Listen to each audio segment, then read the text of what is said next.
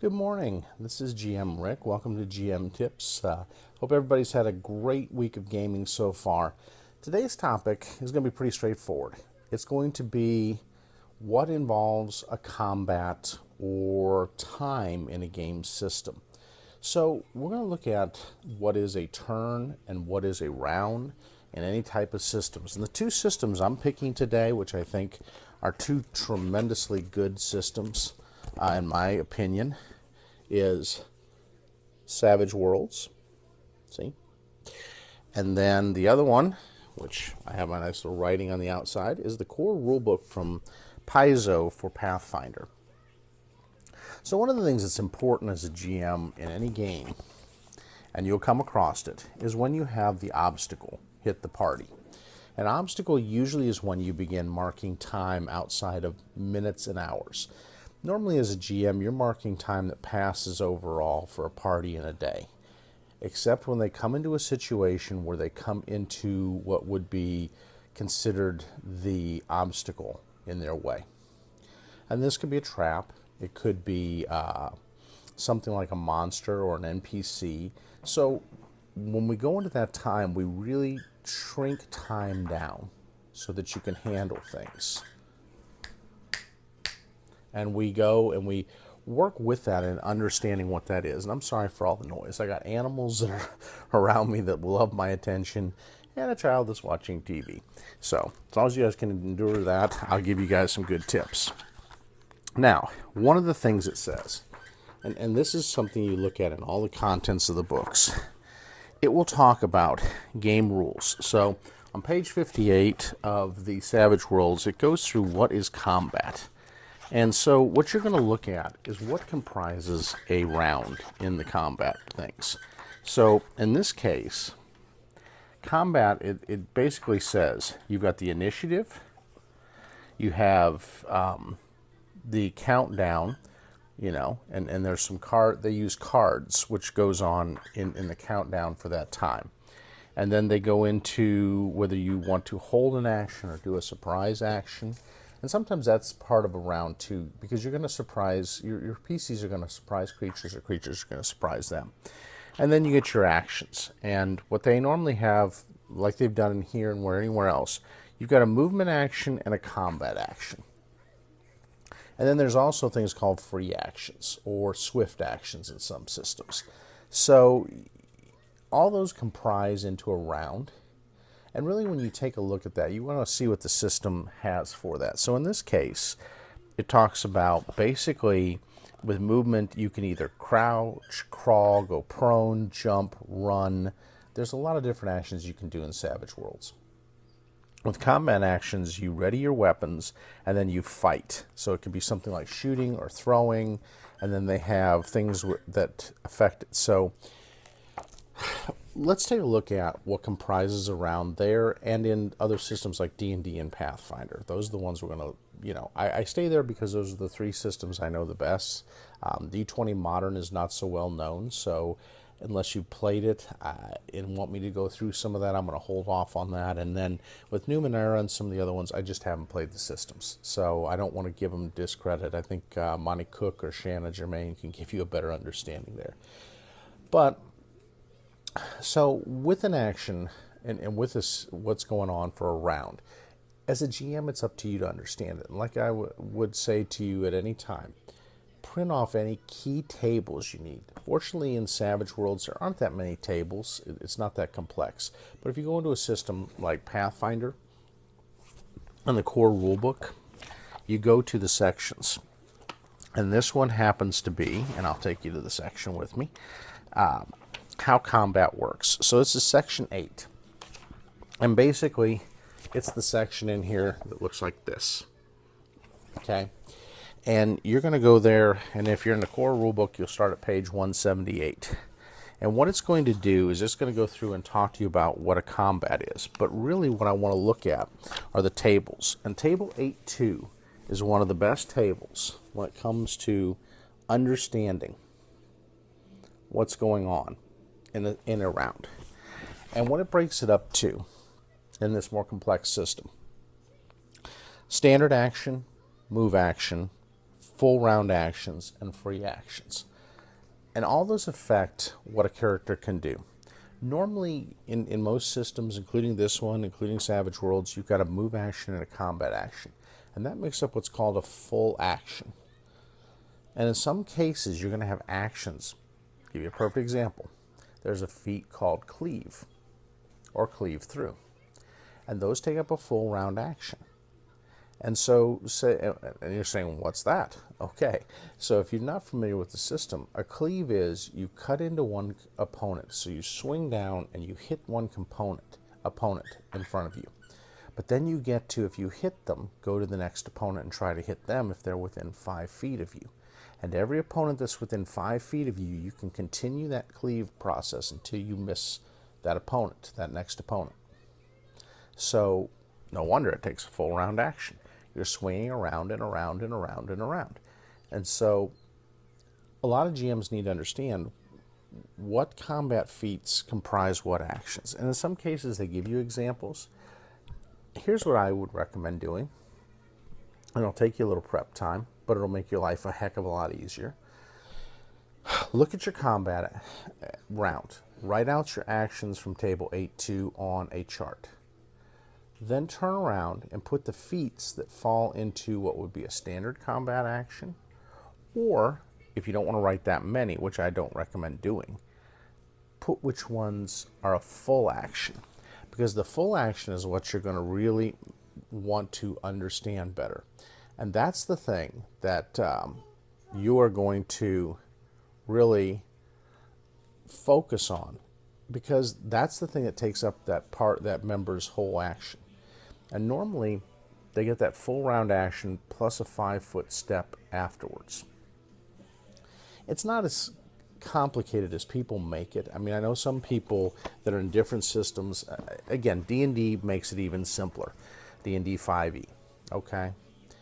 But to those who play D&D 5e, don't just automatically write off Pathfinder as too complicated. It is not that complicated. If you take the time to understand in your mind and make sense of what makes sense, what's a full round action, what's not, you will simplify the system. It's not that complex. Okay? And yes, the combat system is simpler in some systems.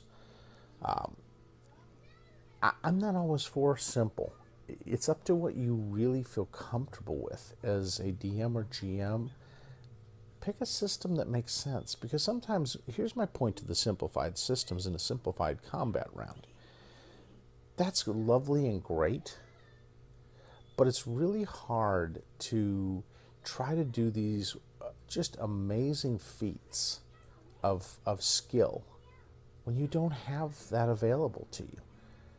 As Matt Mercer would say, and he does this a lot of times with Critical Role, once in a while you got to let a player do something amazing in their round. Well, with Pathfinder, you don't have to do it once in a while. You have the skills and the feats and everything else. And a perfect example is my Aasimar War Priest that Scott plays. He plays Kal-El, and Kal-El has a signature maneuver, which is basically it's death from above is the feat. So basically, because he has fly, which is part of his Aasimar powers that he gets in the beginning, that's part of his traits, he goes up in the air with a flight and then comes down with his falchion into the opponent. Everybody goes, well, that's a fantastic maneuver. And in some systems like Dungeons and Dragons, it is a fantastic maneuver. It doesn't have to be. There are feats that cover it that don't make it fantastic all the time, that make it available to you and make it available to do different things. So keep in mind, if you understand the mechanics, you can allow your players to do a lot of different things that aren't crazy. They're just a neat signature move that is kind of fantastical, but isn't undefeatable either. It's just something that strikes a little fear in the heart of the enemies. And I take that into account on the morale, because if he wants to, he can put intimidate with that.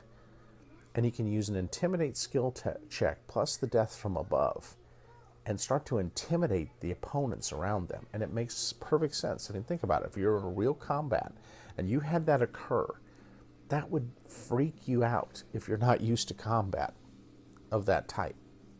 So allow your players some really fantastical things, but in order to do that, you have to understand the sequence that things go. Now, some other things that will modify what goes on in a round. So let's look at combat a little bit. Combat breaks down into a melee action, what they call a melee round. A melee round basically is that round taking place in front of that creature, or creatures, or NPC. That's your melee round. You can either be in the melee itself, which would be a melee attack, or you could be at a range. And the range attacks are neat because once you're outside of your short distance range, you don't get an attack of opportunity on you for doing it. However, I'll give you a perfect example. You're a bowman. You're within 15 feet of your enemy. You want to knock your arrow, draw, and fire, kind of like Green Arrow. Think the series Green Arrow or Arrow if you've ever seen it. You have to have some feats that allow you to do that. Otherwise, you're going to get attacked. By the time you grab and knock your arrow, somebody's already seeing it and swinging at you because they don't want you to do that. That's their counter to your maneuver. Well, how do you counter that? With some feats. So point blank shot is one of those feats. Or you'd have to check what it is in D&D, but in Pathfinder it's point blank shot. Point blank shot gives you several things. Number one, you can fight in melee and not draw an attack of opportunity. And you can combo it with another feat called precise shot. See, this is the little squeaker guy that was bothering. And you can basically put the two together to where you can fire among your friends. So now you're among 5 other characters that are engaged in melee with the monsters.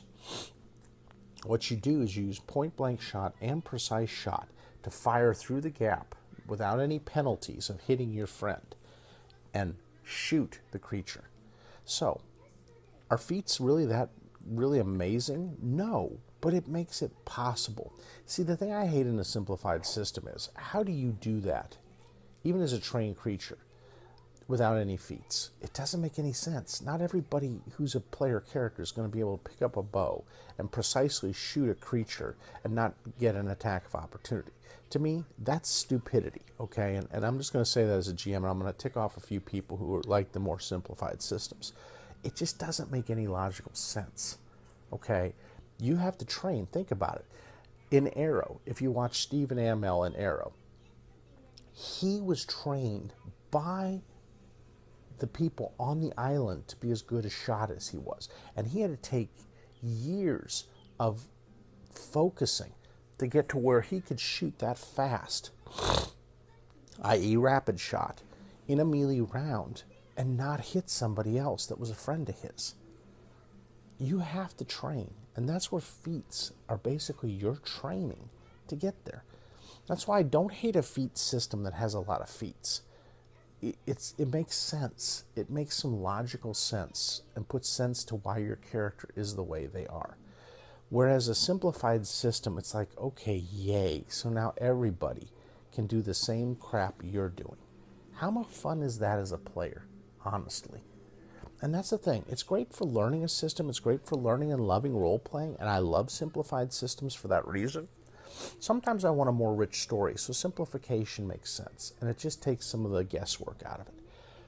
But I'm sorry, as a GM, I love when there's some diversity among why people are the way they are. It makes sense, and it kind of keeps a little bit of the real with the fantasy, which makes it a really good blend for me.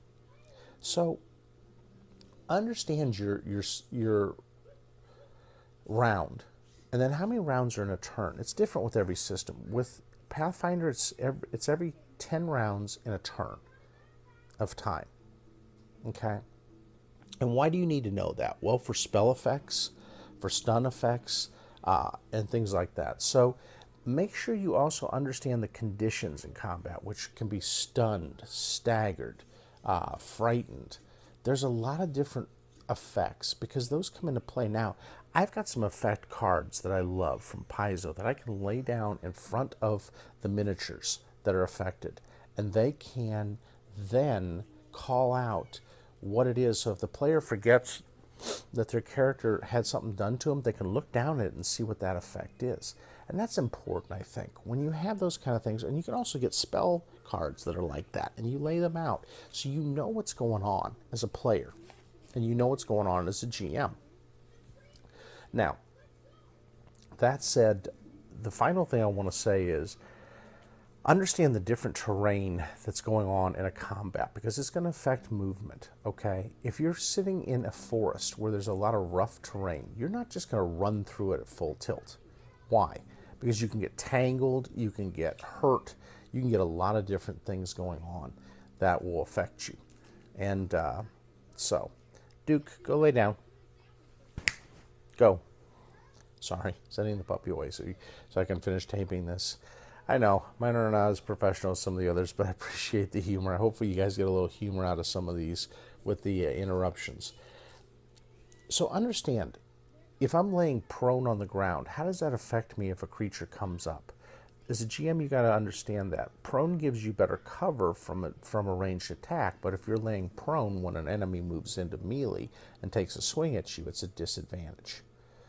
So they have terms like flat-footed, and they have terms like touch attack. What do those mean? Well, flat-footed is a situation where you don't get to use your dexterity to protect yourself. So perfect examples are you're stunned, you're staggered, you are paralyzed, you are prone on the ground, and you really can't roll away that easy from what you're doing. That's flat-footed.